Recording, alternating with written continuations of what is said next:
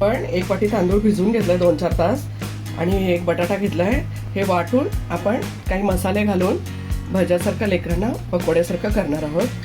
त्यासाठी 1 वाटी तांदूळ घेतलाय. कोणताही तांदूळ भिजवून केला तरी चालेल. त्यासाठी बटाटा पण घेतला होता एक. आपण मिक्सरच्या भांड्यामध्ये घालून घेणार आहोत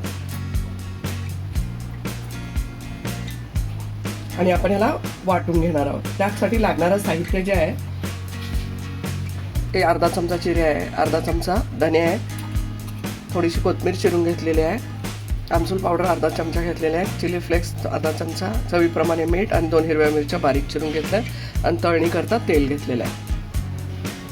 आता आपण मिक्सरला वाटून घेणार आहोत. आपण तांदूळ आणि बटाटा वाटून घेतलाय मिक्सरला. अशा पद्धतीने वाटून घेतलाय. तांदूळ भिजलेलं असल्यामुळं पाणी न टाकायचं नाही, तसंच वाटून घ्यायचं आहे. आपल्याला बेसन तुम्हाला दाखवायचं विसरलं होते. थोडंसं 2 चमचे बेसन घ्यायचं आहे. जसं लागेल ना तसं आपल्यामध्ये याच्यामध्ये थोडंसं घट्टपण करायचं आहे. थोडंसं मी 2 चमचे बेसन घेतलेलं आहे.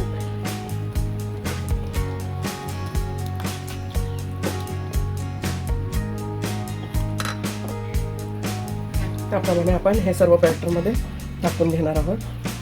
मसाले, चिली फ्लेक्स, आमसूल पावडर, धने पावडर, थोडीशी मीठ चवीप्रमाणे, हिरवी मिरची तुम्हाला टाकायची असेल टाकू शकता, नसेल घरात तिखट खाणारे तर नाही, थोडेसे जिरे आणि कोथिंबीर. आपण व्यवस्थित ह्याला फेटून घ्यायचं आहे.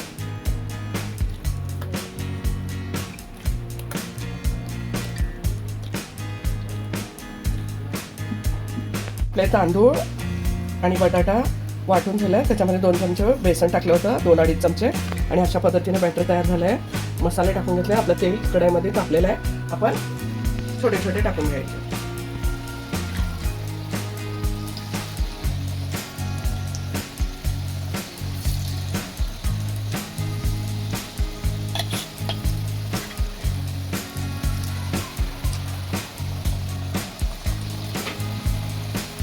अशा पद्धतीने आपण शेकले. आता हे बटाटा आणि तांदळाचे एक फ्राय झालेले खाण्यासाठी भजी बनवा.